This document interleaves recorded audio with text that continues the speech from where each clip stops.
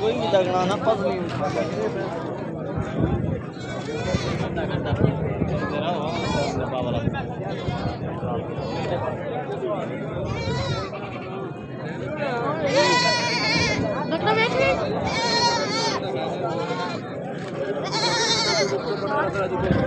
पैसों का मैं करना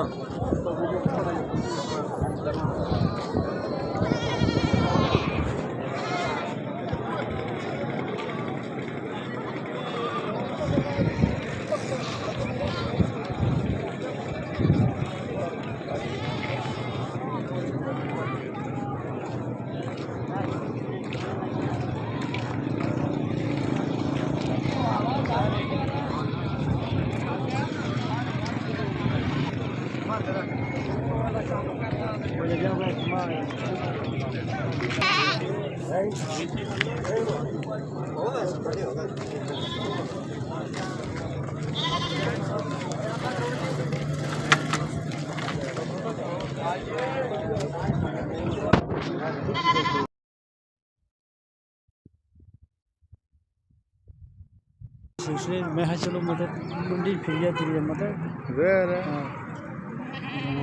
और केड़े पासे आज मंडी है किसी एरिए च ਐਂ ਐਸੇ ਏਰੀਆ ਚਾਹੀ ਕੋਈ ਮੰਡੀ ਥੋੜਾ ਹੀ ਹੈ है ही गल और फिर ऐसा क्या मतलब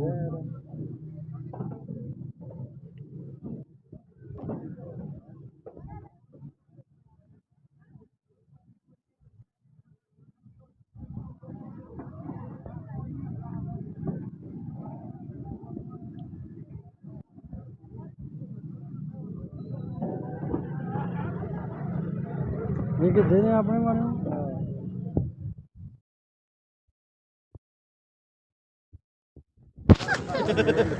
क्या आने हो कितने कौन पत्तू लगाए हुए हैं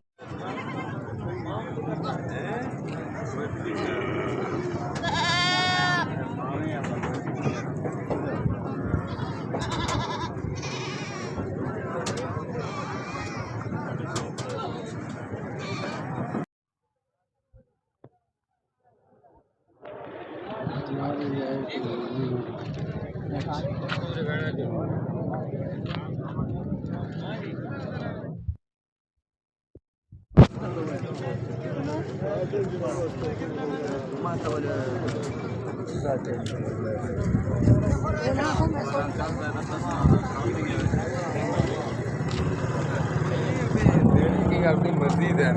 कोई जितने मंगा मेहरबानी